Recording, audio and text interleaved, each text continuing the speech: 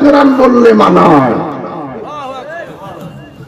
যার হুঙ্কারের কারণে ইমানদার বেঈমান মুনাফিক এই জাতির কাছে চিহ্নিত হয়েছে। যারা মুনাফিকি করেছে সারা বাংলাদেশে ওদের আওয়াজ এখন বন্ধ হয়ে গেছে। কথা বলে আওয়াজ বন্ধ হয়ে গেছে। 14টা লোক আজ থেকে মনে হয় 8 বছর আগে হুঙ্কার দিয়েছিলেন, এখনো একটার জবাবও কিসমতে ঝুটে নাই। আল্লাহ পাক কবুল করুক, আমিন। আমার গ্রামটা পাশে, এটা বলার জন্য আমি মাহফিলে আসছি। আমারে বল, এটা চাই না, আমার যখন বলছে না আমার আজকে মাহফিল ছিল সুনামগঞ্জ, গতকালকে সুনারঘাট কইয়া, শনিবার আমার নিজের বাড়ির মাহফিল। আপনি যদি আগামী বছর আমার দাবারটা রাখেন শেষ। তো মান্নান ভাই বললো যখন, আমি বললাম যে 80% ওয়াদা দিয়ে গেলাম আসবো। কারণ আমার কাফিলউদ্দিন ভাইয়ের এলাকাতে আমি যাই, আমার এলাকাতে উনি আসবে। উনি যখন শুনবে আমি কসুমার ছেলে প্লাস 11 নম্বর ইউনিয়ন আমার খালেলি ভাইয়ের বাড়ি, ওনার মনটা খুশি হয়ে যাবে। এখানে নাম থাকলো আমি মাইক পাবো, নাম তো ঠিক নাম থাকবে। আলহামদুলিল্লাহ, এই জন্য ছুটি এসেছি। আলহামদুলিল্লাহ। কথা আমার শেষ, আমার ভাইয়ের তকরীর শুনবো। মায়ের কাছে মামুর বাড়ির গল্প করে কোনো লাভ নাই, কথা কোন ঠিক কিনা। রাস্তার ফলেই পরিচয় আমার নবী পর্যন্ত পৌঁছে গেলেন। লাকাদ কাররামনা বনি আদম তাফসীর সিরাজাম মুনীরা। এই জিগের সুরতান আয়েশা বলে, নবী গো নবী, ইয়া রাসূলুল্লাহ, হুজুর আমার হাতের বন্ধন শালাটা খুলে দেন। আমার নবী হাতের বন্ধন শালার দিকে তাকাইলেন। সিদ্দিক আকবর কি দেখি বলে, ইয়া আবু বকর সিদ্দিক। আবু বকর সিদ্দিক দৌড়াইয়া আসলেন, দেখে বলেন, আবু বকর এই লোকটার জন্য একটু খাবারের ব্যবস্থা করো। এই লোক যে খাইতে পারে না, নবী কেমনে জানে? যিনি জানে তিনি নবী, নাবাউন থেকে নবী। যিনি জানে না তিনি নবী হতে পারে না। কথা বলেন ঠিক কিনা? সিদ্দিক একবার খাবার মজুদ করার জন্য চলে গেলেন। আল্লাহর হাবিব সাল্লাল্লাহু আলাইহি ওয়াসাল্লাম দেখে বলেন, আলী, বেলায়েতের সম্রাট আলী, আসাদুল্লাহিল গালিব আলী, ইমাম হাসান হুসাইনের বাবা আলী, সাইয়্যিদাতুন নিসা খাতুন জান্নাত ফাতিমার স্বামী হযরতে আলী। ডাকলেন, আলী আসো। হযরত আলী কাররামুল্লাহ ওয়াজহু আসলেন। আলী কাররামুল্লাহ ওয়াজহু দেখে পুরো চোখ বড় হয়ে গেছে। বড় বড় পরিচয়, বড় বড় পরিচয়। আল্লাহর হাবিব সাল্লাল্লাহু আলাইহি ওয়াসাল্লাম দেখে বললেন, ওর হাতের বান্দা খুলি দাও। যেই মাত্র খুলে দিতে বললে এমন জোরে এক চিৎকার মারছে, চিৎকার দিয়ে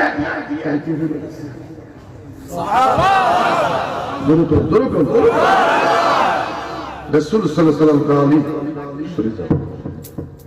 আলীকে সরাই দিলেন। এটারে ঘোষণা দিয়েছে চিৎকার দিয়ে। আমার এই লোকটারা দেখার পর চিৎকার দিয়ে বেহুশ হইলা কেন? তোমার যে চোখ বড় হয়েছিল কারণ কি? হুজুর, লোক তো এটাই।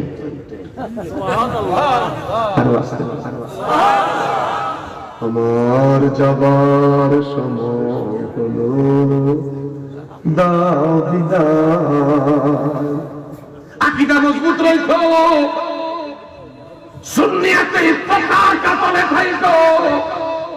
দেখা হবে হাসরে, মিলন হবে আল্লাহর জান্নাতে।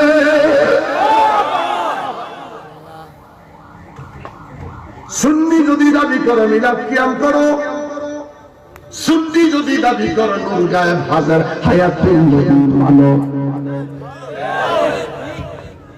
এই বলি আপনাদের কাছ থেকে বিদায় নিলাম। আমি নিজ আমার ভাইরা আলোচনা শুনবো, আমি পাশে বসা আছি। আল্লাহ আমাদের সকলকে কবুল করুন। সুন্নি মাদ্রাসা এটা হওয়ার দরকার আছে কি নেই? কথা বলে হওয়ার দরকার আছে কি নেই? কারা কারা দেবো হাত তোলেন, মারহাবা করুন। এই মাদ্রাসা আল্লাহ এই মাদ্রাসাটা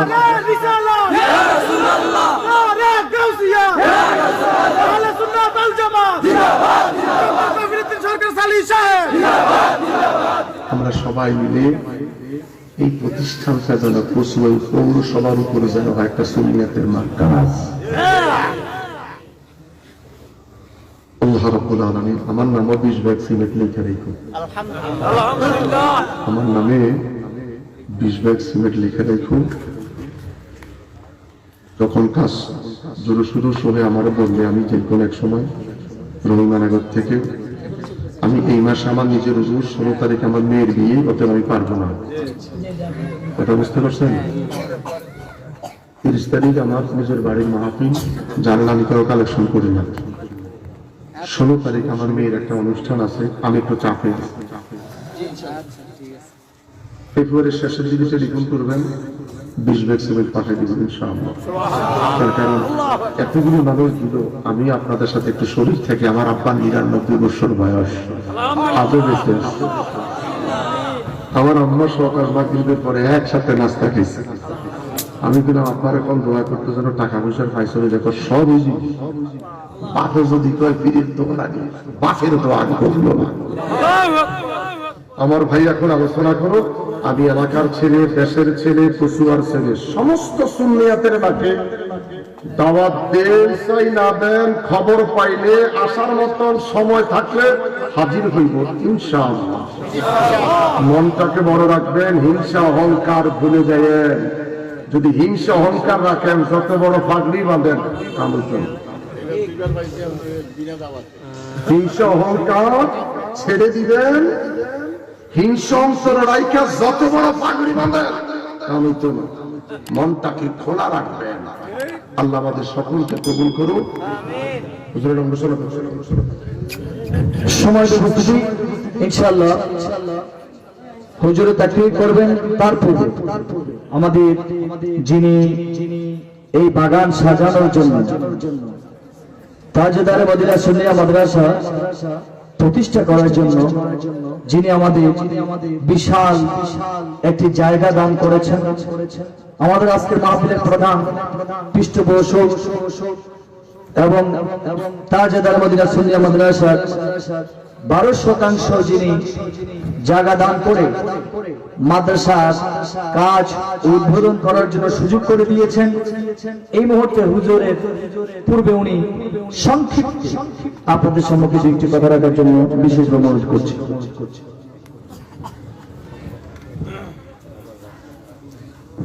আসসালামু আলাইকুম ওয়া রাহমাতুল্লাহি ওয়া বারাকাতুহু। আপনারা যারা আজকে হাজির মজলিসে আছেন, আপনারা আমাকে অনেকে চেনেন। আমার নাম মোহাম্মদ সিদ্দিকুর রহমান। আমার দেশের বাড়ি বাসাবাড়িয়া। আমি 88 সালে কচুয়া এসে বাড়ি করেছি। এখন কচুয়ার বাসিন্দা আমি।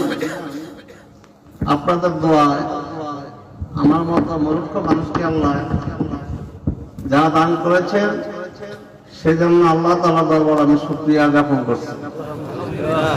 আমার মতো লোক রাস্তায় রিক্সা চালায়, আমার মতো কম শিক্ষিত লোক মানুষের ডে লেবার হিসেবে কাজ করে। আল্লাহ তৌফিক দিয়েছেন আমার মা বাবার দোয়ায়, আপনাদের সাথে চলাফেরার মতো তৌফিক আল্লাহ দান করেছেন, সেই জন্য আমি শুকরিয়া জ্ঞাপন করছি। আমার এক বন্ধু আজ থেকে প্রায় 1 বছর আগে তাজদার মদিনা সুন্নিয়া মাদ্রাসার সভাপতির দায়িত্বে ছিলেন। নাম হইলেন ওনাস ফরমান মিয়াজি। আর অত্র মাদ্রাসার যিনি পরিচালনা করতেন হাফেজ ফারুক আহমেদ, এই দুইজন আমার কাছে গেলেন। বললো যে ভাই আমাদের তো ছাত্র জায়গা হয় না, আমরা তো একটু জায়গা পাইতাম কচুয়া কপারে আমাদের কোনো সুন্নিয়তের মাদ্রাসা নাই। সারা কচুয়া বিভিন্ন জায়গায় আছে, কচুয়া হইল পৌরসভা, কচুয়ার নাবি, এখানে আমাদের কোনো প্রতিষ্ঠান নাই। তখন আমি বললাম যদি কেহ আপনাদেরকে স্বেচ্ছায় এই মাদ্রাসার জন্য জায়গা দান করেন আপনারা কি সেটা গ্রহণ করবেন কিনা। তো না যাই না, তো আমি মুখস্থ কথা বললে এটা আমার বেয়াদবি হবে। সেই হিসাবে ওনারা কয়েকদিন পরে আমরা বললো যে ভাই হ্যাঁ আমরা তো আমাদের কমিটির সাথে এই বিষয়ে আলোচনা করেছি। ওনারা এই কথা শুনে ধন্যবাদ জানাইছে যে সেই ব্যক্তিকে আমরা একটু নাম জানতে চাই। আমি বললাম যদি কেউ দান করে সেখানে নাম বলার কথা আসে না, নাম বললে তো এটা দান হয় না, দানের সমস্যা হয়। তো মনে করেন আমি সেই ব্যক্তি, আমি 2 ঘন্টা জায়গা এখানে আমার আছে, আমার আরো জায়গা আশেপাশে 67 শতক একটা প্লট, 67 শতক মানে 11 ঘন্টায় 1 শতক।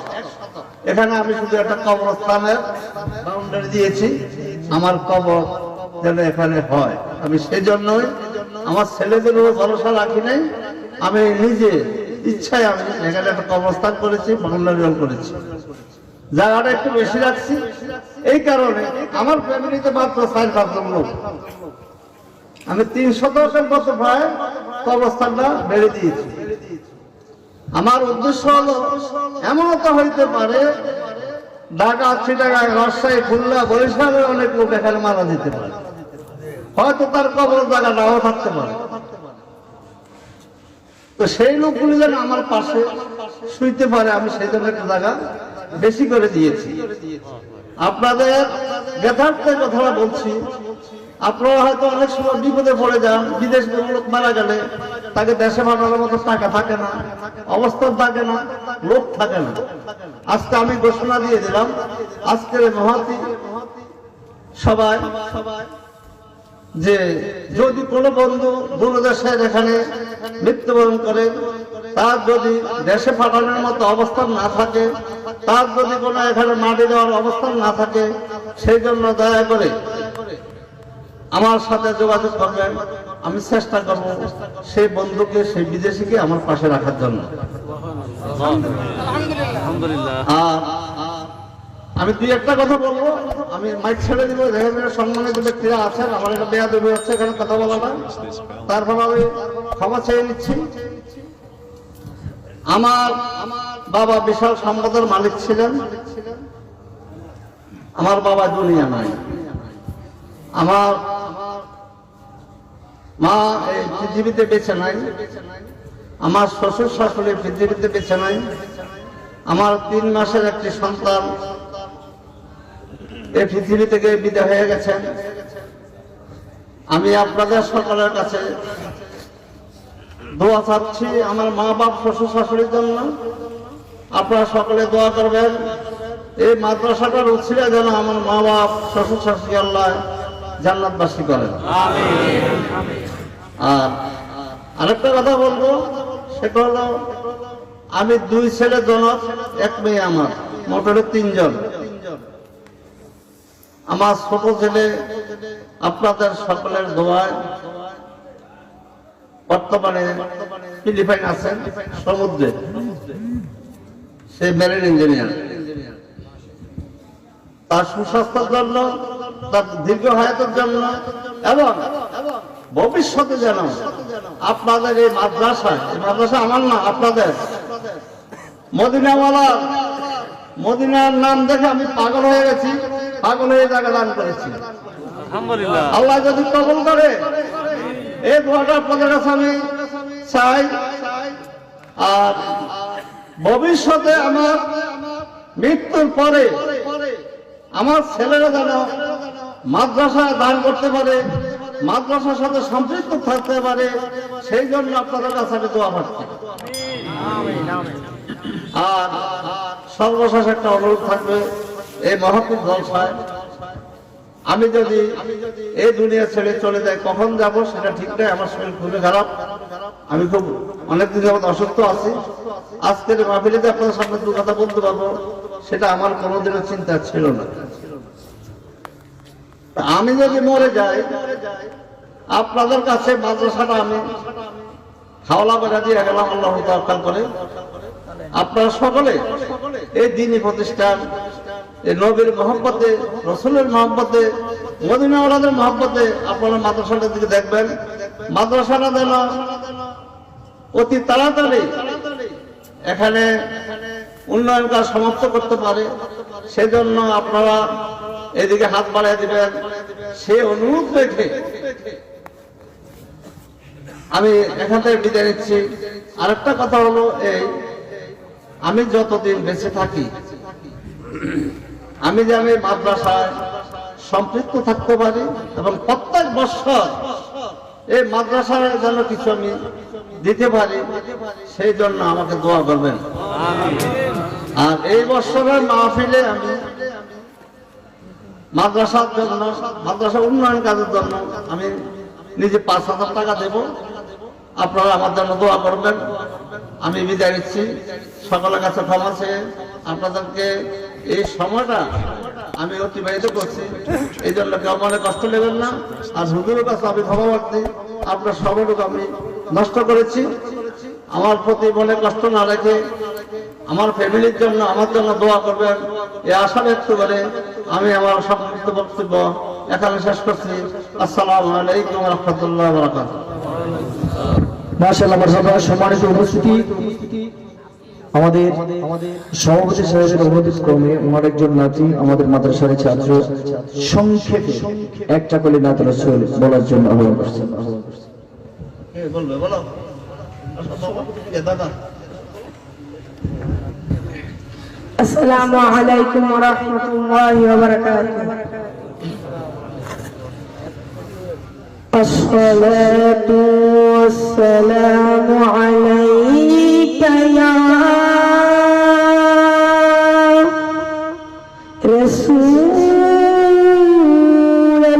রাসূলুল্লাহ। আসসালাতু ওয়াসসালামু আলাইকা ইয়া হাবিবাল্লাহ।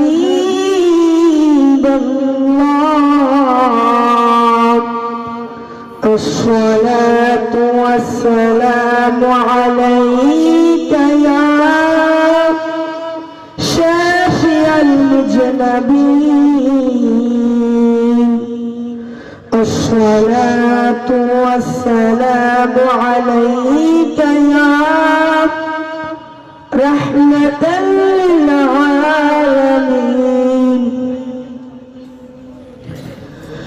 نبي শরীফ দেখলে মন ভরে না, নবীর যা শরীফ দেখলে মন ভরে না, দিদার দাও গো শাহে মদিনা, দিদার দাও গো শাহে মদিনা। নবীরা যা শরীফ দেখলে মন ভরে না, নবীরা যা শরীফ দেখলে মন ভরে না, দিদার দাও গো শাহে মদিনা, দিদার দাও গো শাহে মদিনা। আসসালামু আলাইকুম।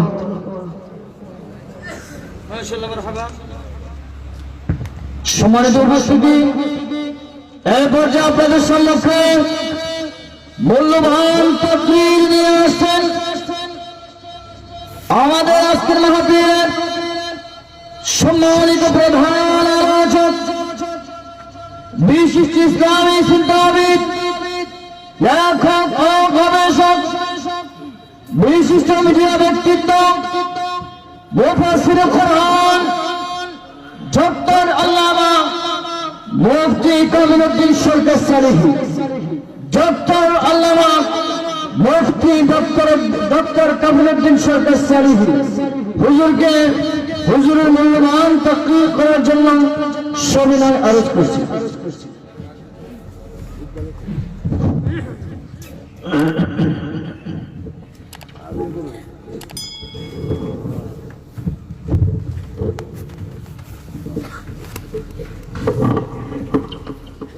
السلام عليكم ورحمة الله وبركاته. الحمد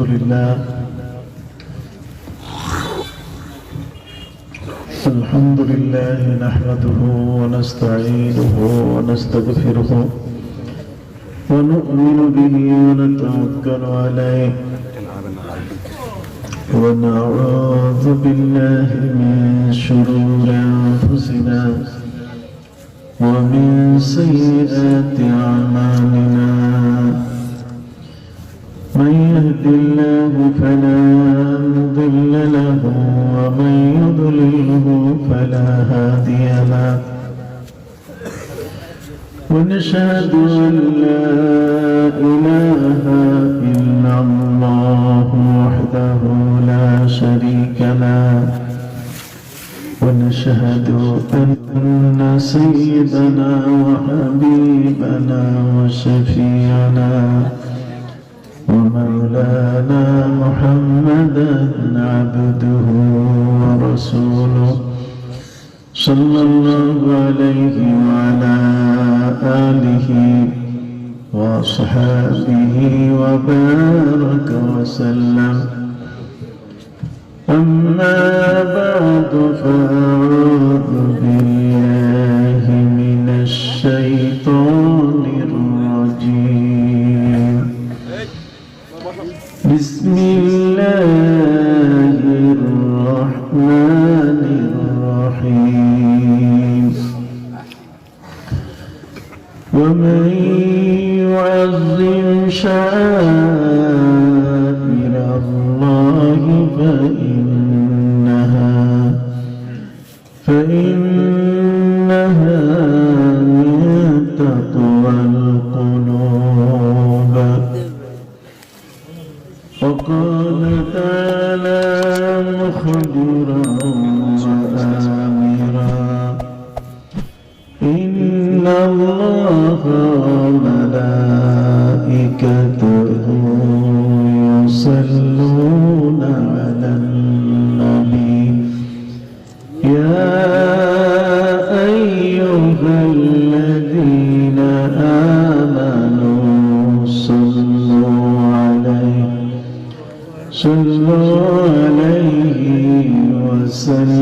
وسلموا تسليما. اللهم صل على مولانا محمد وعلى آل سيدنا مولانا محمد. क्या शान अहमदी का चमन में ज़ुहूर है, हर गुल में हर शजर में मोहम्मद का नूर है. बलगल उला बिकमालिही कशफत दुजा बिजमालिही हसनत जमीउ खुसालिही सल्लु अलैहि व आलिहि. কচুয়ার বিশ্বরোড ফায়ার সার্ভিস সংলগ্ন পশ্চিমে গুলবাহার রোড মাদ্রাসা প্রাঙ্গণে আয়োজিত মহাপবিত্র ঈদ মিলাদুন নবী সাল্লাল্লাহু আলাইহি ওয়াসাল্লাম উদযাপন ও তাজদারে মদিনা সুন্নিয়া মাদ্রাসার আজকের অনুষ্ঠিত দ্বিবার্ষিক ওয়াজ ও দোয়া মাহফিলের শ্রদ্ধাভাজন সভাপতি জনাব আলহাজ মোহাম্মদ আব্দুল সত্তার সাহেব, আজকের প্রধান অতিথি জনাব মোহাম্মদ আখতার হোসেন সোহেল ভূঁইয়া, সভাপতি পৌর আওয়ামী লীগ কচুয়া পৌরসভা। আজকের এখানে উপস্থিত রয়েছেন পীরে তরিকত হযরতুল আল্লামা গোলাম গৌস আশরাফি আল কাদেরী মদজিরুল্লাহ আলী। আজকের এখানে সম্মানিত উদ্বোধক, প্রধান মেহমান, প্রধান পৃষ্ঠপোষক সহ শ্রদ্ধাভাজন ওলামায়ে ইকরাম, আমার পাশে বসে আছেন বাংলাদেশের সুন্নিয়াতের একজন পতাকাবাহী পথিত যশা শ্রদ্ধাভাজন ওলামায়ে ইকরাম, এর অন্যতম সেপাহসালার আল্লামা মাওলানা আলহাজ মোশাররফ হোসেন হিলালী সাহেব মদজিরুল্লাহ আলী, মঞ্চে উপবিষ্ট শ্রদ্ধাভাজন ওলামায়ে ইকরাম, তাজদারে মদিনা সুন্নিয়া মাদ্রাসার সম্মানিত পরিচালক এবং এর শিক্ষক মণ্ডলী, আজকের এই গভীর রাতে অপেক্ষমান আমার শ্রদ্ধাভাজন মুরব্বিয়ান এজাম, সমাবেশী ভাইরা, যুবক বন্ধুরা, স্নেহের এবং আদরের কচিকাঁচা শিশুরা, পর্দার আলে বোনেরা, আজকের এখানে উপস্থিত আশিকানে মুস্তাফা সাল্লাল্লাহু আলাইহি ওয়াসাল্লাম, নবী করিম সাল্লাল্লাহু আলাইহি ওয়াসাল্লামের প্রেমিক বৃন্দ, শ্রদ্ধা এলাকাবাসী, আসসালামু আলাইকুম ওয়া রাহমাতুল্লাহি ওয়া বারাকাতুহু।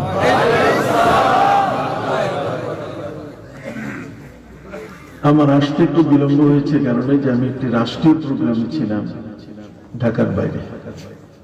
বিকাল 4টায় আমার ফ্লাইট ছিল, 4টায় ফ্লাইটে 4:30টায় নেমে আমি রওনা করে চলে আসবো, কিন্তু ফ্লাইট 1 ঘন্টা ডিলে হয়েছে।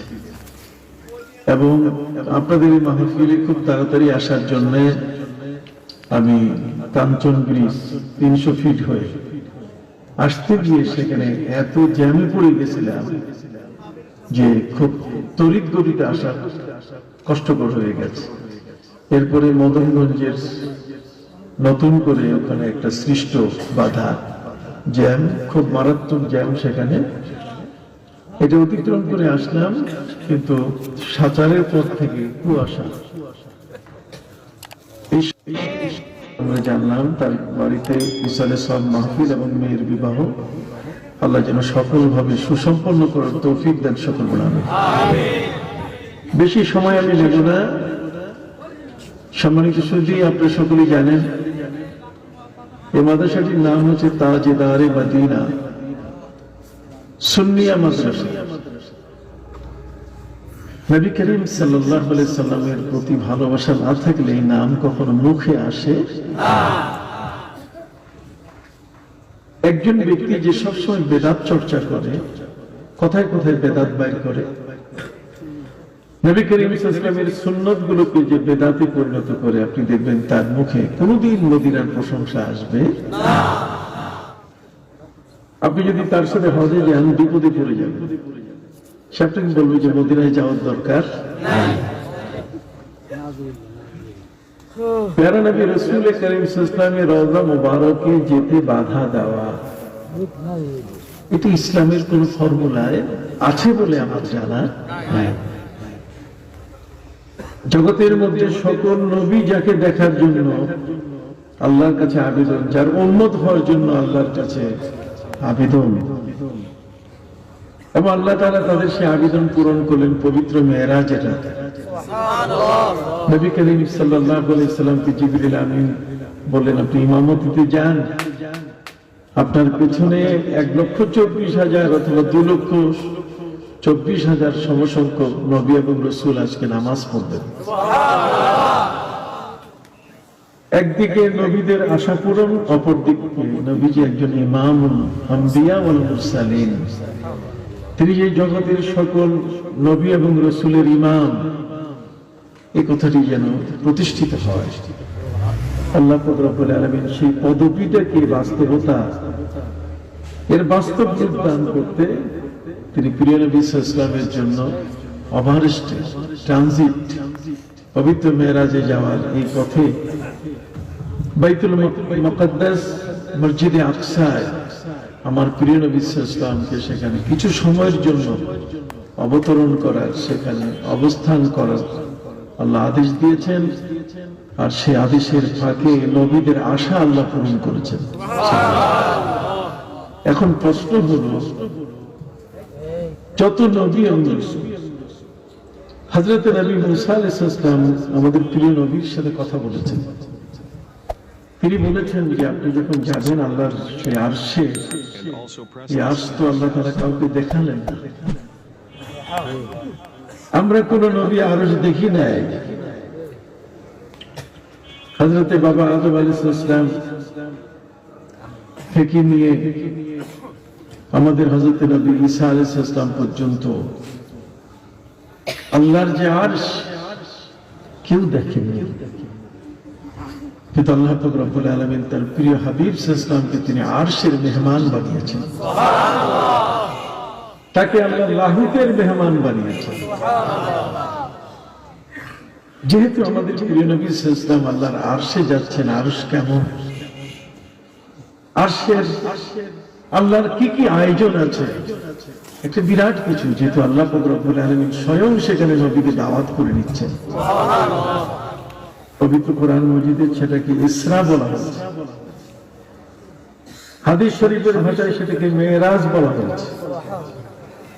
ইসরা এবং মেরাজ যেটা পৃথিবীর কোন নবীর নসিব হয় না,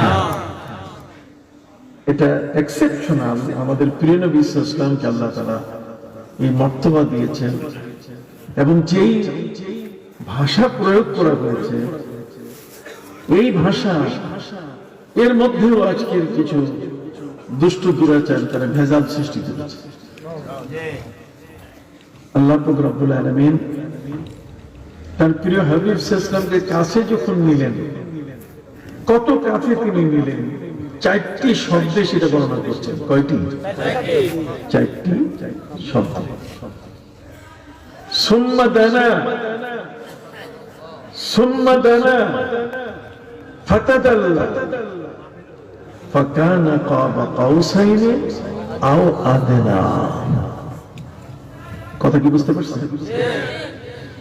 সুম্মা দানা, দানা থেকে দুনিয়া, দানা মানে কাছে। সুম্মা দানা, প্রিয় নবী সাল্লাল্লাহু আলাইহি ওয়াসাল্লাম তিনি আল্লাহর কাছে চলে গেলেন।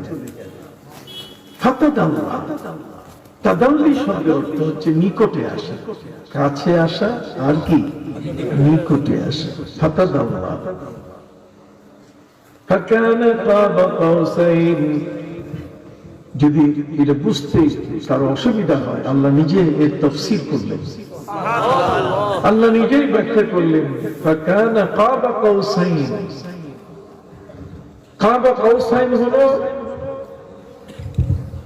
দুটো ধনুক, দুজন যোদ্ধা যখন তাদের যুদ্ধ বিরতি তারা ঘোষণা করেন, দুই দলের মধ্যে যখন সমঝোতা হয় যে তারা আর যুদ্ধ করবে না, এই যুদ্ধ বিরতির জন্য তারা যে সমঝোতা করলেন এটা প্রমাণ করার জন্য দুই যোদ্ধা ধনুকের যে তীর রাখার জায়গা মাঝখানে, যেটা হাত দিয়ে ধরে যেখানে, এই জায়গাটা একজন এই ধনুকের হাতলটা আরেকজনের হাতলের সাথে এইভাবে লাগাই দেয়, টাচ করে। কত করবো আমরা হ্যান্ডশেক করলে, আমরা হাত মুসাফা যখন করি, এই মুসাফা করার সময় তখন হাতের সাথে কি হাত মিশাই, এই হাতের সাথে হাত মিশাইলে এই হাতটা আরেকটা হাতের সাথে যেমন মিশে যায়, ওই ধনুকের বাঁট একটা আরেকটার সাথে মিশে যায়। আমার আল্লাহ নিজেই তাফসীর করছেন তার নবীকে কোথায় নিয়েছেন তিনি। এই তাফসীর কোন নবীর দুশমনের হাতে আল্লাহ রেখে দেন নাই। নবী করিম সাল্লাল্লাহু আলাইহি ওয়াসাল্লামের সাথে যারা দুশমনি করে তারা বেদাতি। আজকের বেদাতি যারা নবীকে মহব্বত করে তাদেরকে বেদাতি বলে। মুস্তাখে রাসূল যারা নবী করিম সাল্লাল্লাহু আলাইহি ওয়াসাল্লামের সাথে যারা বেয়াদবি করেছে তারা কিন্তু বেদাতি। এই কথাটি নির্দ্বিধায় স্বীকার করে নিয়েছেন ইবনে তাইমিয়া, এটা স্বীকার করে নিয়েছেন নাসিরউদ্দিন আলবানী, ওদের ইমাম যারা। বেদাতি কাকে বলে এই জিনিসটা তারা তাদের কিতাবে লিখেছে।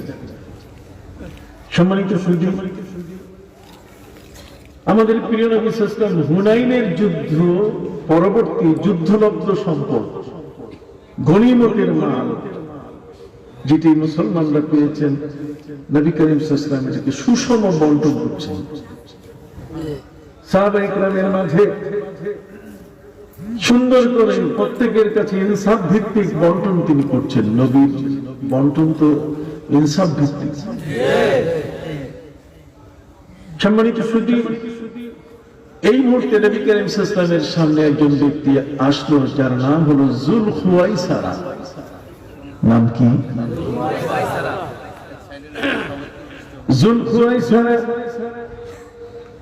আমার নবীর কাছে এসে বলা শুরু করলো,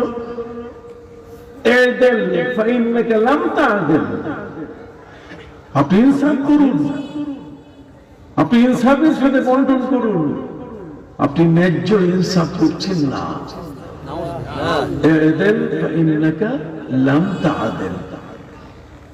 আপনি ন্যায্য বন্টন করছেন না, যার যতটুকু হক পাওয়ার আপনি দিচ্ছেন না। নবী করিম সাল্লাল্লাহু আলাইহি ওয়াসাল্লাম তিনি গুসা হয়ে গেলেন। আল্লাহর নবী সাল্লাল্লাহু আলাইহি ওয়াসাল্লাম গুসা অবস্থায় তিনি বললেন, ইল্লাম আদেল ফামাই আদেল। নারে তাকবীর, নারে তাকবীর, নারে রিসালাত। হযরত পীর সাহেব কিবলা, হযরত পীর সাহেব কিবলা, শ্রদ্ধাভাজন উলামায়ে ইকরাম জিন্দাবাদ। আজকের মাহফিল সফল হোক, সফল হোক।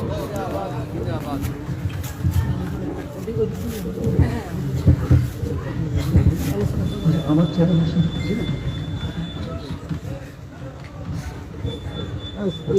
আজকে আমি আপনাদের সামনে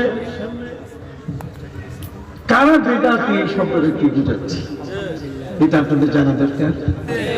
তার কারণ ধোঁকাবাজের সংখ্যা এত বেশি বেড়ে গেছে যে ইউটিউব খুললে ধোঁকাবাজদের দেখা যায়। এখন একটা জায়গা পাওয়া গেছে ইউটিউব চ্যানেল দেখলেই ধোঁকাবাজদের দেখা যায় যে কারা কারা ধোঁকা দিচ্ছে, এদের চেহারা উন্মোচন করা যায়। আমার কথা সবার ভালো লাগছে না? জন্ডিস রোগী ভালো খাবার কখনো সে খেতে চায়? সম্মানিত সুধী, প্রিয় নবী সাল্লাল্লাহু আলাইহি ওয়াসাল্লামের সামনে এসে যে লোকটা নবীর সামনে বেয়াদবি করলো, নবী করিম সাল্লাল্লাহু আলাইহি ওয়াসাল্লামকে বলল, ইদাল ফাইন্নাকা লাম তা'দিল। আপনি ইনসাফ করুন, আপনি ইনসাফ করছেন না, আপনি ন্যায্য বন্টন করছেন না, সুষম বন্টন করছেন না। নবী করিম সাল্লাল্লাহু আলাইহি ওয়াসাল্লাম বললেন, গুসা হয়ে, ইল্লাম আদিল ফামাই আদিল। যদি আমি ইনসাফ না করি তাহলে বলো পৃথিবীতে কে আছে সে আমার মতো ইনসাফ করতে পারে? প্রিয় নবী সাল্লাল্লাহু আলাইহি ওয়াসাল্লামের ইনসাফকে নিয়ে যে লোকটি প্রশ্ন তুলেছে, এমন একজন মানুষ, এই গুস্তাখে রাসূল নবীর সাথে বেয়াদবি করলো, তাকে এই ওয়াহাবি বলেন, ইবনে তাইমিয়া বলেন, বাতিল পন্থী যারা বলেন, সবাই বলছে এই লোকটা বেদাতি। এই লোকটা কি? আমরা তাদের ভাষাটাকে নিয়ে আসি, তাদের ভাষায় আমরা এখন পরিষ্কার করে যে জিনিসটা বুঝলাম সেটা হলো, যারা নবীজি সাল্লাল্লাহু আলাইহি ওয়াসাল্লামের সাথে বেয়াদবি করে তারা কি? যারা নবীকে মহব্বত করে, নবী করিম সাল্লাল্লাহু আলাইহি ওয়াসাল্লামের সম্মান নিয়ে কথা বলে, যারা নবী করিম সাল্লাল্লাহু আলাইহি ওয়াসাল্লামকে নূর নবী বলে, যারা নবী করিম সাল্লাল্লাহু আলাইহি ওয়াসাল্লামকে হায়াতুন নবী সাল্লাল্লাহু আলাইহি ওয়াসাল্লাম বলে, যারা আমাদের প্রিয় নবী সাল্লাল্লাহু আলাইহি ওয়াসাল্লামের সম্মান এবং মর্যাদাকে আলোচনা করে, নবীর শান এবং মান এর প্রতি শ্রদ্ধা করতে যারা ইয়া নবী সালামু আলাইকা বলে, কিয়াম করে, যারা মিলাদ পড়ে, নবী করিম সাল্লাল্লাহু আলাইহি ওয়াসাল্লামের এই সমস্ত মাহফিলকে যারা পবিত্র ঈদে মিলাদুন নবী সাল্লাল্লাহু আলাইহি ওয়াসাল্লাম বলে প্রচার করে, সম্মানিত সুধী, এরা নবী করিম সাল্লাল্লাহু আলাইহি ওয়াসাল্লামের মুহিব, আল্লাহর হাবিব সাল্লাল্লাহু আলাইহি ওয়াসাল্লামের ভালোবাসার মানুষ। তারা যারা নবীর ভালোবাসার মানুষ তাদেরকে বলা হচ্ছে বেদাতি। তার মানে ব্যাপারটা এমন হয়ে গেছে, কয়েকটা শব্দ আছে যেগুলোর অপব্যবহার হচ্ছে। এই জন্য আমি বই লিখেছি বেদাতের অপব্যাখ্যা। বেদাতের অপব্যাখ্যা। কতগুলো শব্দের অপব্যবহার হচ্ছে, যেমন রূপস। রূপস শব্দের অর্থ হচ্ছে রূপ। রূ মানে চেহারা, আর পোষ মানে ঢাকা। রূপস শব্দের অর্থ হচ্ছে চেহারা ঢাকা। এই পৃথিবীর মধ্যে দুজন ব্যক্তি এসেছেন যারা চেহারা ঢেকে চলতেন, রাস্তা পার হতেন অথচ তাদের চেহারা কাপড় দিয়ে ঢেকে রাখতেন। একটা রাস্তা পার হওয়ার সময় গাড়ি চলছে, কত কিছু চলছে, টমটম চলছে, গাড়ি চলছে, এই সবগুলো চলার পরেও তিনি পার হচ্ছেন অথচ তার চোখ ঢাকা, মুখমণ্ডল ঢাকা। এই ধরনের দুজন ব্যক্তি পৃথিবীতে এসছে। এই দুইজন ব্যক্তি আল্লাহর মেহেরবানি আমাদের বেল্টে। তার মধ্যে একজন হলেন হযরত শাহ ওলিউল্লাহ মুহাদ্দিস দেহলভী রাহমাতুল্লাহ আলাইহি। তিনি ছিলেন রূপস, তিনি চেহারা ঢেকে রাখতেন। আরেকজন হলেন এই বাংলার মাটিতে আমাদের দেশে ওই রাজশাহীর পদ্মা নদীর পাশে দরগা ঘাটে শুয়ে আছেন হযরত শাহ মাকদুম রূপস রাহমাতুল্লাহি আলাইহি। শাহ মাকদুম রূপস রাহমাতুল্লাহি আলাইহি চেহারা খুলতেন না, নেকাব লাগাতেন চেহারার উপরে, তিনি সেখানে কাপড় ঝুলিয়ে রাখতেন। শাহ ওলিউল্লাহ মুহাদ্দিস দেহলভী রাহমাতুল্লাহি আলাইহি বড় মাপের একজন মুহাদ্দিস ছিলেন। উপমহাদেশের মধ্যে এমন কোন আলেম নাই, কওমি বলেন, কওমি ঘরানার বলেন, আলিয়া ঘরানার বলেন, যে যার সনদ শাহ ওলিউল্লাহ মুহাদ্দিস দেহলভী রাহমাতুল্লাহ আলাইহি কে পাশ কেটে তাকে বাদ দিয়া নবী করিম সাল্লাল্লাহু আলাইহি ওয়াসাল্লাম পর্যন্ত সনদ যায়, এই উপমহাদেশে এমন আলেম নাই। কথা বুঝতে পারছেন? এটা হচ্ছে সালসালাতুজ যাহাব, এটা হচ্ছে স্বর্ণ চেন। এই স্বর্ণ চেনের মধ্যে নবী করিম সাল্লাল্লাহু আলাইহি ওয়াসাল্লাম থেকে আমাদের পর্যন্ত হাদিসের সনদে শাহ ওলিউল্লাহ মুহাদ্দিস দেহলভী রাহমাতুল্লাহ আলাইহি হলেন একজন অতুলনীয় ব্যক্তি। কওমি ঘরানার যারা, তাদেরও সনদে তিনি আছেন, আর আমরা আলিয়া ঘরানার যারা, আমাদের সনদে তিনি আছেন।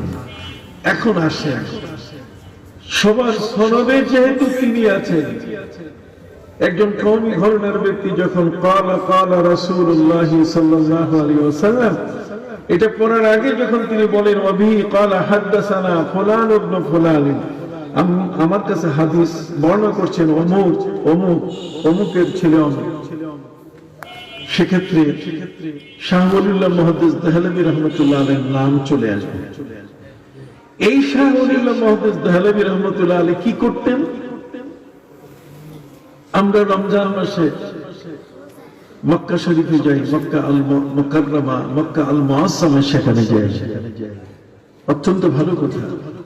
কারণ রমজানুল মুবারকে যদি কোনো ব্যক্তি পবিত্র মক্কায় যায়, নবীজির রওজায় যায়, তাহলে সেখানে যদি 3টা উমরা করে রোজা থাকা অবস্থায়, তাহলে একটা হজের সওয়াব পাওয়া যায়। রমজানুল মুবারকে যদি কোনো ব্যক্তি উমরা করে, হাদিসের মধ্যে এসেছে সে যেন নবীজির সাথে উমরা করবে, অনেক বরকতি ব্যাপার। স্বতন্ত্রভাবে রমজানুল মুবারকে উমরার মর্যাদা সম্মান তো আছেই,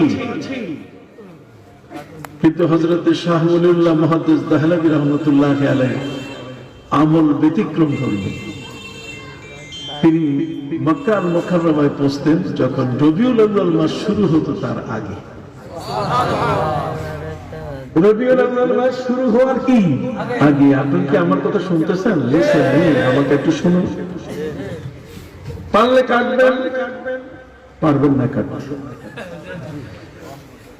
সম্মানিত সুধী, হযরত শাহ ওলিউল্লাহ মুহাদ্দিস দেহলভী রাহমাতুল্লাহি আলাইহি তিনি রবিউল আউয়াল মাস পয়গম্বরি মাস, আমার নবীজির পবিত্র বেলাদত শরীফের মাস, যে মাসে আমার নবীজি সাল্লাল্লাহু আলাইহি পবিত্র জন্মগ্রহণ করেছেন, তার পবিত্র জন্মের এই মাসটি আসার আগে তিনি মক্কায় পৌঁছে যেতেন। তার আস্তানা হতো, তার জায়গা হতো।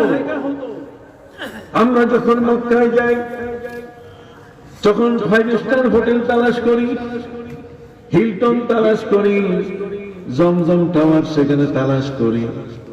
কথা বলেন, বড় বড় 5 স্টার 4 স্টার 3 স্টার হোটেল আমরা তালাশ করে করে সেখানে থাকি। হযরত শাহ ওলিউল্লাহ মুহাদ্দিস দেহলভী রাহমাতুল্লাহ আলাইহি তিনি সেখানে হোটেলে থাকতেন না, বরং নবী করিম সাল্লাল্লাহু আলাইহি ওয়াসাল্লামের পবিত্র মাওলিদুর রাসূল আমার নবী সাল্লাল্লাহু আলাইহি ওয়াসাল্লাম যেখানে জন্ম নিয়েছেন সেই জায়গাটাতে গিয়ে তিনি মুরাকাবায় বসতেন। পহেলা রবিউল আউয়াল থেকে নিয়ে 12 রবিউল আউয়াল পর্যন্ত মুরাকাবা চলত। সম্মানিত সুধী ভাইরা আমার নবী সাল্লাল্লাহু আলাইহি ওয়াসাল্লামের পবিত্র বেলাদত শরীফা যেখানে হয়েছে, মাওলিদুর রাসূল নবীর জন্মস্থান, আজকে সৌদি সরকার তার ফতোয়াবাজ আলেম হচ্ছে মোহাম্মদ ইবনে আব্দুল ওয়াহাব নাজদি। মোহাম্মদ ইবনে আব্দুল ওয়াহাব নাজদি উনি ফতোয়া দিয়েছেন যে নবী সাল্লাল্লাহু আলাইহি ওয়াসাল্লামের এই জন্মস্থানকে এভাবে রাখা যাবে না। এরা পর্যায়ক্রমে এটাকে লাইব্রেরি বানিয়ে রাখছে। নবীজির জন্মের স্থান থেকে গোপন করে ফেলা, এরা বিশ্ব মুসলিম কোনদিন মেনে নেবে না। বিশ্ব মুসলিম এটাকে মেনে নেবে না। আমার নবী সাল্লাল্লাহু আলাইহি ওয়াসাল্লাম যেখানে পবিত্র জন্মগ্রহণ করেছেন,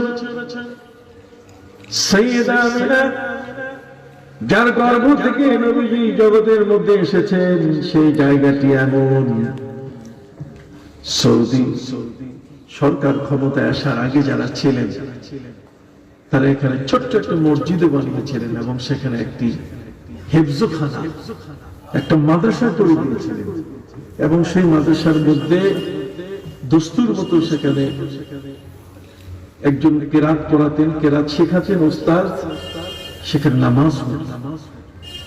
নবী করিম সাল্লাল্লাহু আলাইহি ওয়াসাল্লামের এই জায়গাটুকু যেন কোনো ক্রমে নষ্ট না হয়, এই জন্য সেটা রাষ্ট্রের তদারকিতে এটাকে সংরক্ষণ করা হতো। কথা বুঝতে পারছি? এখন তো লাইব্রেরি বানাইয়া সেখানে বসারও জায়গা নাই। আমরা ওখানে গেলে বলছে না এখানে কিচ্ছু নাই, এখানে কিছুই নাই। কে বলে কিছু নাই? নবীজি যেখানে জন্ম নিয়েছেন, পবিত্র বেলাদত শরীফা যেখানে হয়েছে, কে বলে সেখানে কিছু নাই? হযরতে শাহ ওলিউল্লাহ মুহাদ্দিস দেহলভী রাহমাতুল্লাহ আলাইহি এত বড় একজন হাদিসের আলেম, তিনি সেখানে গিয়ে বসে পড়তেন এবং তিনি বলেন 12 রবিউল আউয়াল আমি দেখতে পেতাম যে সুবহে সাদেকের সময় আকাশ থেকে ফেরেশতারা প্রিয় নবী সাল্লাল্লাহু আলাইহি ওয়াসাল্লামের মহব্বতে সেখান থেকে তারা মিছিল নিয়ে জমিনে আসতেছে। আল্লামা শাহ ওলিউল্লাহ মুহাদ্দিস দেহলভী রাহমাতুল্লাহ আলাইহি তার ফিউজুল হারামাইন কিতাবের মধ্যে তিনি উল্লেখ করেছেন। কথা কি বুঝতে পারছো? তোমরা কি শাহ ওলিউল্লাহ মুহাদ্দিস দেহলভী রাহমাতুল্লাহ আলাইহির চেয়ে বড় আলেম হয়ে গেলে? তোমাদের ইলম, তোমাদের হাদিসের চর্চা কি তার চেয়ে বেশি হলো? নবীর মহব্বত ভালোবাসা কাকে বলে? 12 রবিউল আউয়াল নিয়ে তোমরা ভেজাল বানিয়েছো যে 12 রবিউল আউয়াল নবী আসেন নাই। তোমরা সফর মাসের কথা বলো, কত বলো, তোমরা অন্য মাসের কথা বলো। সম্মানিত সুধী, তোমরা নবী করিম সাল্লাল্লাহু আলাইহি ওয়াসাল্লামের সম্পর্কে বলো যে নবী করিম সাল্লাল্লাহু আলাইহি ওয়াসাল্লামের তার জন্ম পালন করি আমরা, কিন্তু তার ওফাত পালন করি না। তোমরা প্রশ্ন তুলো। আজকে আপনাদেরকে আমি কয়েকটা কথা বলে যাই, এগুলো আপনাদের জানা দরকার। ওরা প্রশ্ন করলে আপনি যখন বিপাকে পড়ে যান। নবী করিম সাল্লাল্লাহু আলাইহি ওয়াসাল্লামের ওফাত এর 3টে জবাব আমি দিব আপনাকে। তার মধ্যে একটি হলো নবী করিম সাল্লাল্লাহু ওয়াফাত সম্পর্কে আল্লামা কাজী আয়াজ রাহমাতুল্লাহি আলাইহি তিনি আশ-শিফা নামক কিতাবের মধ্যে লিখেছেন যে নবী করিম সাল্লাল্লাহু এই অবস্থানটা পৃথিবী থেকে চলে যাওয়ার বিষয়টা এটা কি কোন ভাষায় আপনি বলবেন? তিনি বলেছেন ফালা মাউতুন ওয়ালা ফাউতুন, ফালা মাউতুন ওয়ালা ফাউতুন বাল ইন্তিকালুন মিন হালিন ইলা হাল। আল্লামা কাজী আয়াজ রাহমাতুল্লাহি আলাইহি বলেছেন আমার নবীর মৃত্যুও নয়, নবী মারা গেছেন এটাও বলা যাবে না, নবী ফৌত হয়ে গেছেন এটাও বলা যাবে না। ফালা মাউতুন ওয়ালা ফাউতুন বাল ইন্তিকালুন মিন হালিন ইলা হাল, বরং নবীজি ইন্তেকাল করেছেন। যেরকম কি করছেন আছে না আমাদের এই সমাজের মধ্যেও তো আমরা বলি যে অমুকে ইন্তেকাল করছে, কথা বুঝতে পারছেন? দেখেন ভাষা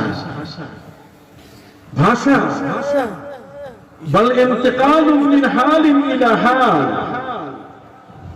তিনি পৃথিবীর এক অবস্থা থেকে আরেক অবস্থায় তিনি চলে গেছেন। কাজী নবী করিম সাল্লাল্লাহু আলাইহি ওয়াসাল্লাম ইন্তেকাল করেছেন। কথা বুঝতে পারছেন?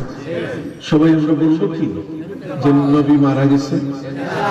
জোরে বলেন। ওরা বলে ইন্নাকা মাইয়িতুন ওয়া ইন্নাহুম মাইয়িতুন, ওরা বলে নিশ্চয়ই আপনি একজন মৃত, তারাও মৃত হবে, তারাও মারা যাবে। নারী ভাই, আমার প্রিয় নবী সাল্লাল্লাহু আলাইহি ওয়াসাল্লাম তিনি হলেন হায়াতুন নবী। তিনি কি হায়াতুন নবী, তিনি রওজা মুবারাকায় কি জিন্দা। তিনি নিজেই বলেছেন আলা ওয়া ইন্না নাবিয়াল্লাহি হাইয়ুন ফি কবরি, জেনে রাখো আল্লাহর নবী, তার মানে তিনি তার দিকে ইঙ্গিত করেছেন যে তিনি তার কবরে কি জিন্দা।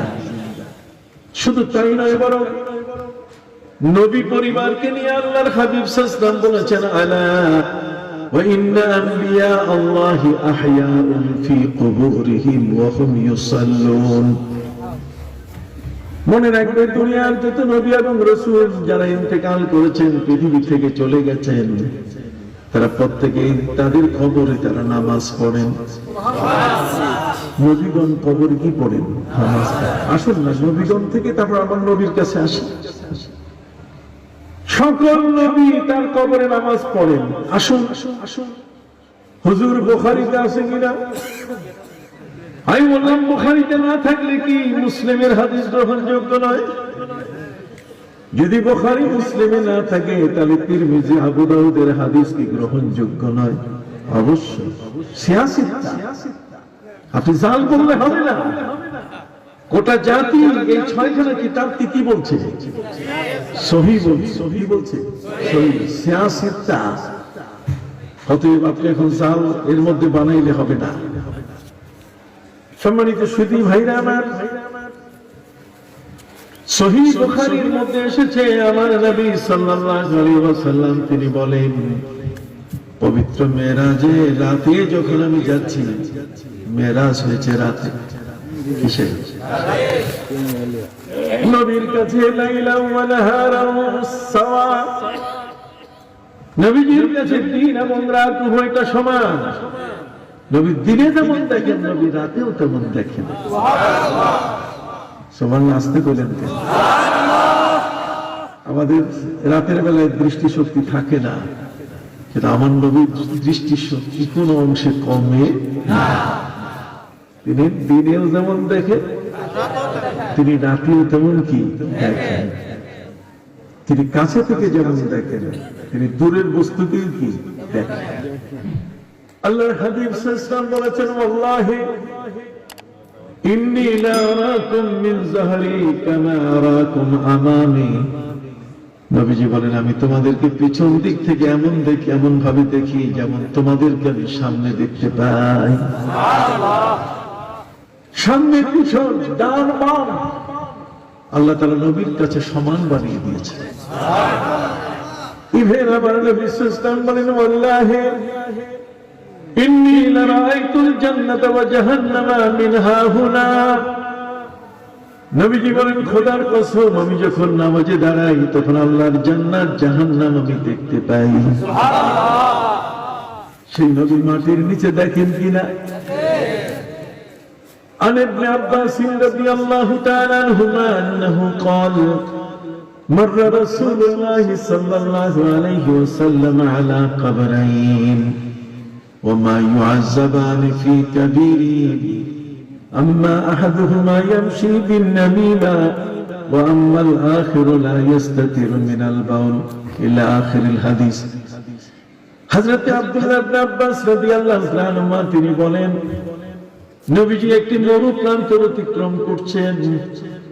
নবীজির কয়েক রকম যানবাহন ছিল, কয়েক রকম কি যানবাহন। তার মধ্যে সবচেয়ে বেশি যে যানবাহনটাকে তিনি ব্যবহার করতেন সেটা হলো নাকায়ে কাসওয়া। নাকায়ে কাসওয়া, নাকা মানে উষ্টি, কাসওয়া উষ্টি। নবী এই উটের উপরে তিনি উঠতেন। এই উটটা আল্লাহর হুকুমে চলতো। উটটি চলতো কার হুকুমে? প্যারা নবী সাল্লাল্লাহু আলাইহি ওয়াসাল্লাম যখন মদিনা মুনাওয়ারায় তাশরীফ নিলেন, হিজরত করলেন, তখন মসজিদে কুবা থেকে যখন মদিনার দিকে তিনি আসছিলেন, তখন এই উটের নাকের রশি ধরে মাদানী মদিনার কোন কোন ব্যক্তি নবীর সাহাবী বলছে, হুজুর আপনি চলেন আমার বাড়িতে আসেন, আমার বাড়িতে জারদানা খেজুরের ব্যবস্থা আছে। কি খেজুর? জারদানা। মদিনা মুনাওয়ারায় প্রায় 60 প্রকার খেজুর আছে। এরপর আমি বই লিখেছি, 60 প্রকার খেজুর আছে, তার মধ্যে একটি খেজুর হচ্ছে জারদানা, আরেকটি হলো আজওয়া। আল আজওয়া মিনাল জান্নাহ। আজওয়া খেজুর হচ্ছে জান্নাতি খেজুর, জান্নাত থেকে আল্লাহ পাঠাই দিয়েছেন। কেউ যদি সকালবেলায় আজওয়া খেজুর খায় আর দিনের মধ্যে কোন একটি সময় যদি কেউ তাকে বিষ পান করায়, বিষ কাজ করবে না। সম্মানিত সুধী ভাইরা আমার, সাহাবী আমার নবীকে আমন্ত্রণ জানাচ্ছেন, নবীজি আমার ঘরে আসুন। আমার ঘরে আরবের সবচেয়ে দামি খেজুর জারদানা খেজুর আমার ঘরে আছে। উটের লাগাম ধরে রশি ধরে যখন টানত, আল্লাহর নবী সাল্লাল্লাহু আলাইহি ওয়াসাল্লাম বলতেন, আরসিলুহা ফাইন্নাহা মামুরা, আরসিলুহা ফাইন্নাহা মামুরা। তোমরা আমার উটের নাকের রশি ছেড়ে দাও, ফাইন্নাহা মামুরা, এটা আল্লাহর পক্ষ থেকে আদিষ্ট। আল্লাহ তাকে যেদিকে যেতে বলতেছে সেদিকে সে আমাকে নিয়ে যাচ্ছে। তার নবীর উষ্ঠিটার উপরেও কিন্তু আল্লাহর আদেশ জারি হয়। কথা বলেন না কেন? আমি বিশাল ব্যাখ্যায় যাব না, এগুলো অনেক ব্যাখ্যার বিষয়। সম্মানিত সুধী ভাইরা আমার, প্রাণের বন্ধুরা, নবীজি যে উষ্ঠি মোবারকে উঠতেন সেই উষ্ঠিটা এটাও আল্লাহর হুকুম মানে। এই জন্য দেওবন্দের আলেম ওলামা, দেওবন্দি আলেম ওলামা তারা বলছেন নবীজির সম্মান নিয়ে আলোচনা তো বিশাল ফজিলতের ব্যাপার। শুধু তাই নয়, বরং নবী করিম সাল্লাল্লাহু আলাইহি ওয়াসাল্লাম যে উষ্ঠিটার উপরে সওয়ার হয়েছেন, তার পেশাব পায়খানা এগুলো নিয়েও যদি কেউ ওয়াজ করে তাহলে এটাও বিশাল সওয়াবের ব্যাপার।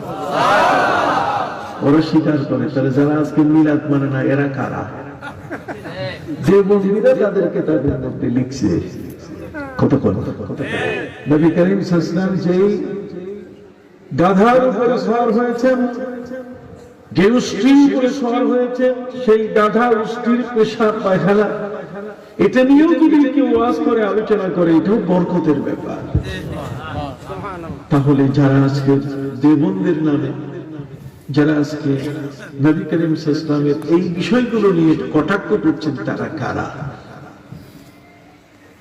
আমি আপনাদেরকে বিনয়ের সাথে বলতে চাই, সম্মানিত সুধী, নবী করিম সাল্লাল্লাহু আলাইহি ওয়াসাল্লামের নাকায়ে কাসওয়া, তার যে উষ্ঠিটা, যেখানে যে উষ্ঠির উপরে তিনি সওয়ার হয়ে কোথাও যেতেন, এই উষ্ঠিটা কোথাও বসে যেত। কথা বলে যখনই বসে যেত তখন কোনো না কোনো একটা ঘটনার ইঙ্গিত হতো, যেখানে একটা ঘটনা ঘটে যাবে বা ঘটে আছে।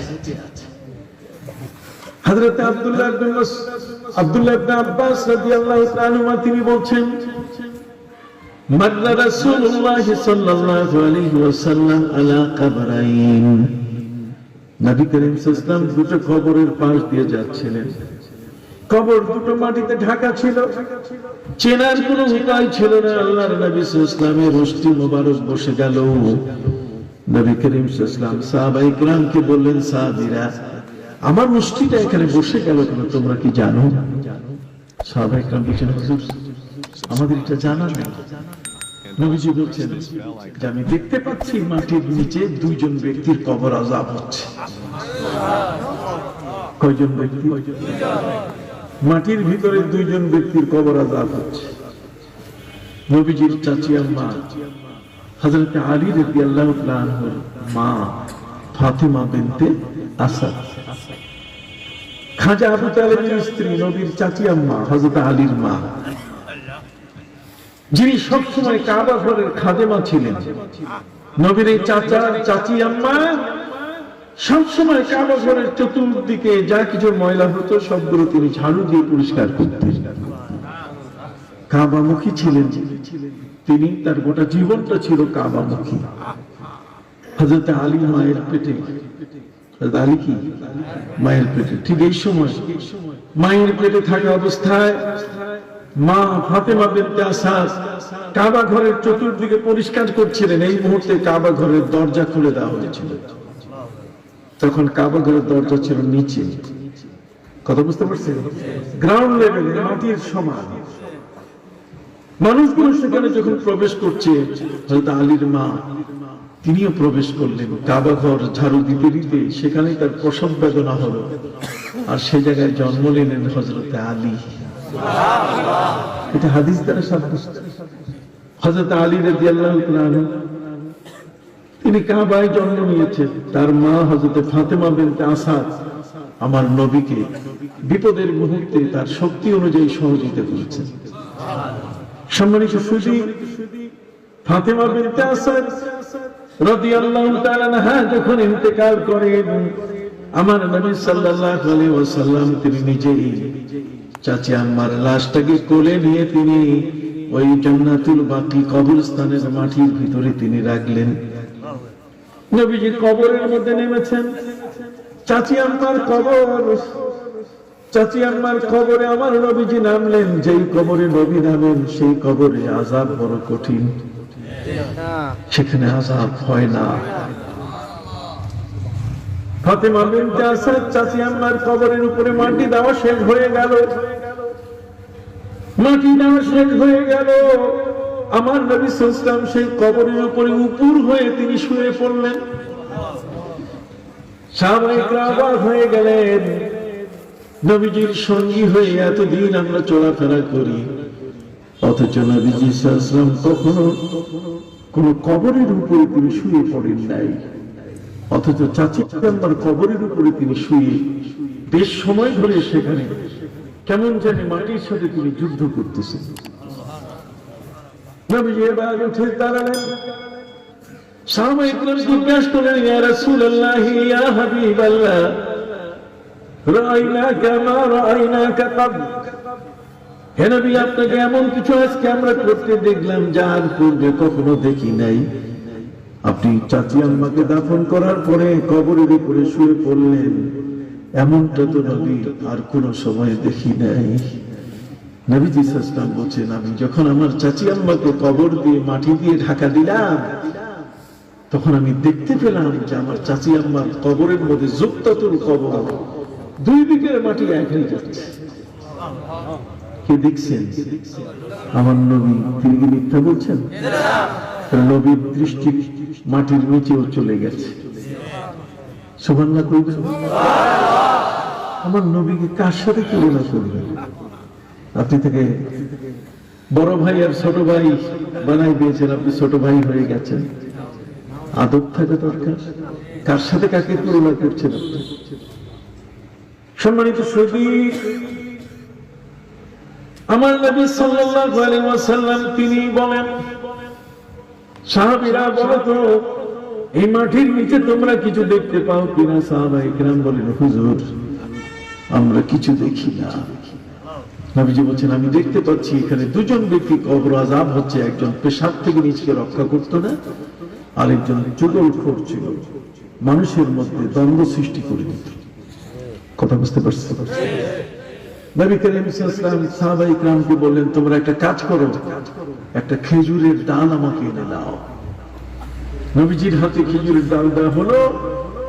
ফাশাক্কা শিক্কাতাইন সুম্মা গারাসা আলা হাযা সুম্মা গারাসা আলা হাযা ফাকালা লাআল্লাহুমা ইউখাফফাফু আনহুমা আল-আযাব হাত্তা ইয়াইবাসা। নবীজি সেই খেজুরের ডাল দুজন কবরবাসীর কবরের উপরে নবীজি গেড়ে দিয়ে বললেন যে এই পাতাটা যতক্ষণ পর্যন্ত তাজা থাকবে ততক্ষণ এদের কবর আযাব লাঘব হবে। তারা আমার নবী মাটির নিচে কি দেখে, নিজের পিছনে কি, সামনে ডানে বামে দেখে। শুধু দেখা না, নবী করিম সাল্লাল্লাহু আলাইহি ওয়াসাল্লাম তিনি মক্কায় 80 জন সাহাবায়ে কিরাম ইথিওপিয়ায় হিজরত করে চলে গেছেন। আবিসিনিয়া, মক্কা মুকাররমা থেকে আবিসিনিয়া প্রায় সেখানে 2.5 ঘন্টার প্লেনের ড্রাইভ, 2 থেকে 2,500 কিলোমিটার। 2 থেকে 2,500 কিলোমিটার পর আবিসিনিয়া, হাবাসা, সেখানে নবী করিম সাল্লাল্লাহু আলাইহি ওয়াসাল্লামের 80 জন সাহাবী নির্যাতিত নিপীড়িত হয়ে সেখানে চলে গেলেন। নবী তাদেরকে পাঠিয়ে দিলেন, তাদের মুখপত্র, দলনেতা, লিডার হযরত জাফর তাইয়ার রাদিয়াল্লাহু তাআলা আনহুকে তিনি বানালেন। নবীজি চিন্তায়, তারা যখন সেই পার্লামেন্টে গেলেন তখন পার্লামেন্টের স্পিকার ছিলেন নাজ্জাশী। নাজ্জাশীর কাছে তারা বললেন যে আমরা এসেছি, নির্যাতিত মানুষ, আমরা রাজনৈতিক আশ্রয় চাই। তখন সংসদ সদস্য সবাই জানতে চেয়েছে যে তোমরা কোন নবীর অনুসারী কিনা। তারা বললেন আমরা মুহাম্মদুর রাসূলুল্লাহ সাল্লাল্লাহু আলাইহি ওয়াসাল্লামের অনুসারী। তারা জিজ্ঞাসা করলো তোমাদের উপরে কি আসমানি কোন কিতাব নাযিল হয়? হ্যাঁ, আল কোরআন নাযিল হয়। আল কোরআন যদি নাযিল হয় তাহলে ওই কোরআনের মধ্যে আমাদের মেরির নাম, মরিয়মের নাম আছে কিনা, যীশু খ্রিস্টের আমাদের নবীর মায়ের নাম আছে কি না। সাথে সাথে মুসলমানরা হাত তুলে বললেন আমাদের পবিত্র কোরআনের 34 জায়গায় মরিয়মের নাম আছে। শুধু তাই নয়, বরং আল্লাহ তাআলা একটা সূরাও নাযিল করেছেন সূরা মরিয়ম নামে। যখন সূরা মরিয়মের কথা বলা হলো তখন সকল সংসদ সদস্যরা সবাই মিলে বললেন তাহলে আমাদেরকে শোনান। নবীজি যাকে লিডার বানিয়ে পাঠিয়েছিলেন, মুখপত্র জাফর তাইয়ার রাদিয়াল্লাহু তাআলা, তিনি ছিলেন হাফিজে কোরআন। নবীজি সাল্লাল্লাহু আলাইহি ওয়াসাল্লামের সাহাবীদের মধ্যে হাফিজে কোরআনের সংখ্যা ছিল 10,000। হাফিজে কোরআনকে তিনি দায়িত্ব দিয়েছেন নেতৃত্ব দেবার। সম্মানিত শুধু তিনি সূরা মরিয়মের যখন তেলাওয়াত করতে গিয়ে ওয়াজকুরু ফিল কিতাবে মারইয়াম ইযিন তাবাযাত মিন আহলিহা মাকানান শারকিয়্যা, যখনই তিনি তেলাওয়াত করলেন তখনই মরিয়মের নাম শোনার সাথে সাথে গোটা সংসদের মধ্যে কান্নার রোল পড়ে গেল। কোথায়? ইথিওপিয়ায় 2,500 মাইল দূরের সংসদ। আর আমার নবী সাল্লাল্লাহু আলাইহি ওয়াসাল্লাম মক্কাল মুকাররমায় নবীজি চিন্তায়। আমার আল্লাহ বলেন নবী আপনি দেখেন, মক্কা থেকে আপনি ইথিওপিয়া দেখেন, ওরা যে কাঁদতেছে, চোখের পানিগুলো যে গাল বেয়ে পড়তেছে, আপনি দেখেন। পবিত্র কোরআন মাজিদ খুলে দেখেন, ওয়াইদা সামিউ মা উনজিলা ইলার রাসূলি তারা আয়ুনাহুম তাফিদু মিনাদ দাম'i।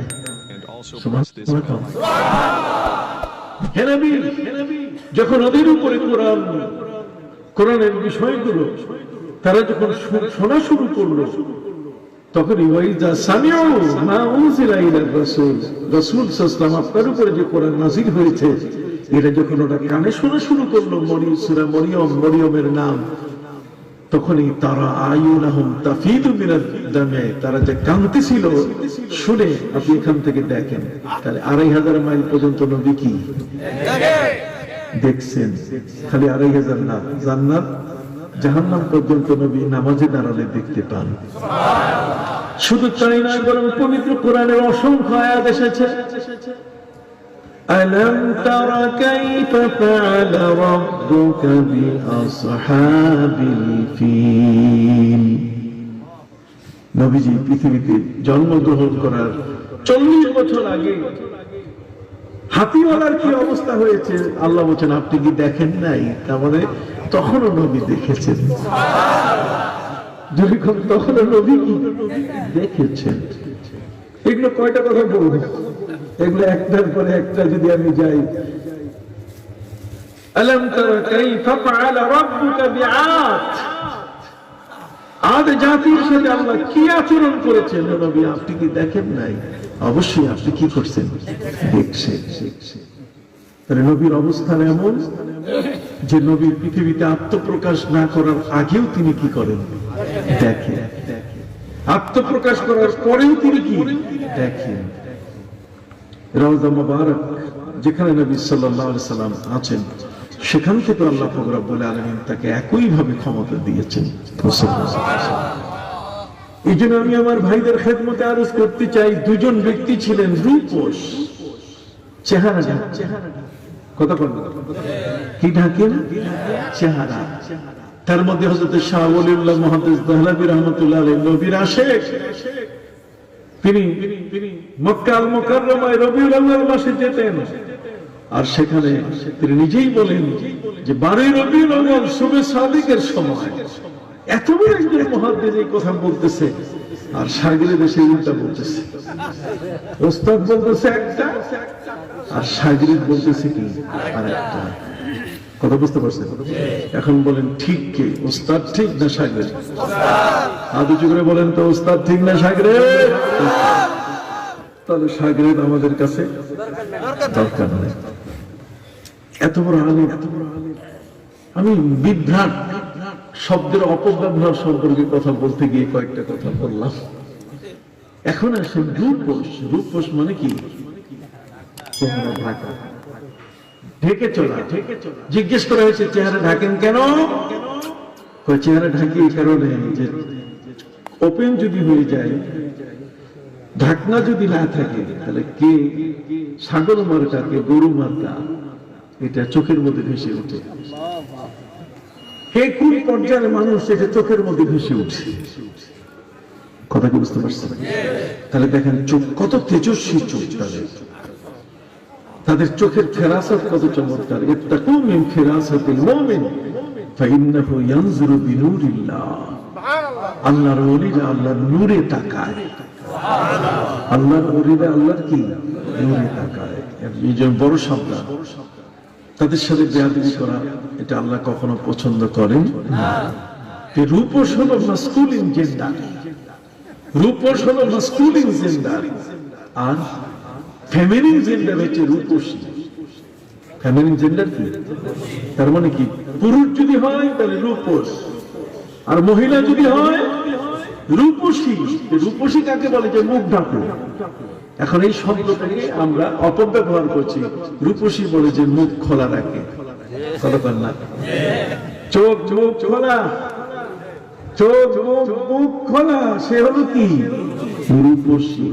এই যে শব্দের অপব্যবহার, কাজে বেদাতি যারা, তাদেরকে বেদাতি কয় না। আর যারা নবীকে মহব্বত করে তাদেরকে কি বানাইছে? কোন দেশে বাস শুরু? আপনি কি কথা কি বুঝতে পারছেন? খুব মজবুত করে শুনুন।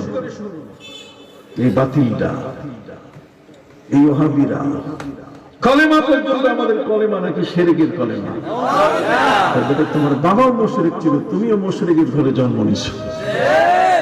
তোমার মাও মুশরিক ছিল, তার ঘরে তুমি জন্ম নিয়েছো। কথা বুঝতে পারছেন? এই সমস্ত কুলাঙ্গার আজ আমাদের সমাজের মধ্যে, এদের এই সমস্ত ওয়াজ শোনার জন্য একদল লোক চাইয়া থাকে। কতক্ষণ না নবীর মুহাব্বতের আয়াত খুঁজে পায় না। ওই কোরআনে নবীর মুহাব্বতের আয়াত। আরে মুহাব্বতের আয়াত তুমি পাবা কেমনে? তোমাকে আল্লাহ তোমার কোথায় কি কোরআন নাযিল করবে না? কতক্ষণ না তোমার কোথায় কি কোরআন নাযিল করবে? আচ্ছা, একটা প্রশ্নের উত্তর দেন তো। দুধ দেখছেন কিনা? দুধের ভিতরে যে ঘি আছে এটা কি দেখা যায়? কতক্ষণ? দুধের ভিতরে যে মাখন আছে এটা কি দেখা যায়? দুধের ভিতরে ঘি লুকানো। قل إن كنتم تحبون الله فاتبعوني يحببكم الله। হে রাসূল সাল্লাল্লাহু আলাইহি আপনি বলুন, যদি আল্লাহকে মহব্বত করতে চাও তোমরা, তাহলে আমি রাসূলের ইত্তেবা করো। এই ইত্তেবার মধ্যে মহব্বত সেখানে লুকানো আছে। দুধের মধ্যে যেমন ঘি লুকানো আছে, ইত্তেবার মধ্যে কি? মহব্বত। নবীকে ইত্তেবা করতে, অনুসরণ করতে হবে মহব্বতের সাথে। আর মহব্বতের সাথে যখন অনুসরণ করবে তখন দাড়ি, টুপি, পোশাক সবকিছু চলে আসবে। কথা কি বুঝতে পারছেন? কাজে এখানে আল্লাহ তো তোমার ভাষায় কোরআন নাজিল করবে না। তুমি যেভাবে চাইতেছো সেভাবে তো তিনি কোরআন নাজিল করবেন না। আল্লাহ তো আল্লাহই। কাজে তুমি বুঝতেছো না, তোমার জ্ঞান ছোট। কথা বল না। তুমি নবীর মুস্তাক, নবীর সাথে বেয়াদবি করতে করতে তোমার জিহ্বা নষ্ট হয়ে গেছে, এই জন্য তুমি নবীর মহব্বতের আয়াত খুঁজে পাও। আর আমরা তো দেখতেছি যে ইত্তেবার মধ্যে মহব্বত কি লোড করা। সুবহানাল্লাহ। আমি আগেই বলেছি খুব বেশি আলোচনা আজকে করব না, আমি নিজে খুব ক্লান্ত। যতটুকু আমি আপনাদের কাছে বলতে চাই যে আজকের এই সকল বাতিলপন্থী যারা আজকের ওহাবি বলেন, এরপরে যারা আহলে হাদিস বলেন, আছে না আহলে হাদিস? আহলে হাদিসের বড় বড় ইমামদের নাম কি? আহলে হাদিসের বড় বড় ইমামের নাম হলো ব্রাদার রাহুল। কতক্ষণ নাম হলো কি? ব্রাদার রাহুল। আমি একটি প্রশ্ন করেছিলাম তাদেরকে, উত্তর দিতে পারে না। আমি প্রশ্ন করেছিলাম যে ইরাকের মধ্যে একজন লোক তার 3টি মেয়েকে বিয়ে দেওয়ার জন্য ব্যবস্থা করছে। এক রাতে 3 মেয়ের বিয়ে হয়ে গেছে 3 জামাইয়ের সাথে। বাসনও দেওয়া হয়েছে ঘরে, শ্বশুর বাড়ি। কিন্তু পরদিন সকালে দেখা গেল যে বউ জামাই পাল্টে গেছে। যার বউ তার সাথে ছিল না। কথা বোঝেন নাই?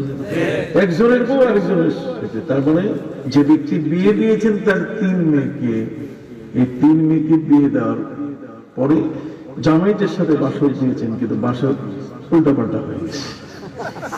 এখন সকালবেলায় তো মহাবিপদ যে এই বিয়ে টিকবে কিনা। তোমরা খালি হাদিস দিয়ে, শুধু হাদিস ছাড়া আহলে হাদিস কিছু বুঝো না। আমি প্রশ্ন করেছিলাম, পারলে উত্তর দাও দেখি, কোন হাদিসের দিয়ে এইটার উত্তর তোমরা দিবা। এটা এই বিয়েটা হালাল হবে না হালাল হবে না? বউ তো পাল্টে গেছে, জামাই পাল্টে গেছে। তারা পরে ব্রাদার রাহুল এই চেষ্টা করেছে আমার এটার উত্তর দেওয়ার, আদৌ পারে নাই। সে কোথায় কোথায় বাংলা কিতাব উপস্থিত করে। বাংলা কিরে বাংলা বাংলা মানে আপনি জানেন এখন আহলে হাদিসের মধ্যে কেউ কেউ বাংলায় নামাজ পড়ে। আমরা বলি আল্লাহু আকবার, ওরা বলে আল্লাহ মহান। আমরা বলি আলহামদুলিল্লাহি রাব্বিল আলামিন আর রহমানির রহিম মালিকি ইয়াউমিদ্দিন। ওরা বলে সমস্ত প্রশংসা সেই আল্লাহর জন্য যিনি বহুমাত্রিক জগতের রব, যিনি অতি দয়ালু, বড় মেহেরবান, যিনি বিচার দিবসের মালিক। নামাজ পড়তেছে, নামাজ ইমামতি করতেছে, কেরাত করতেছে। এরা আজকে হাদিসের মহাবিজ্ঞান হয়ে গেছে।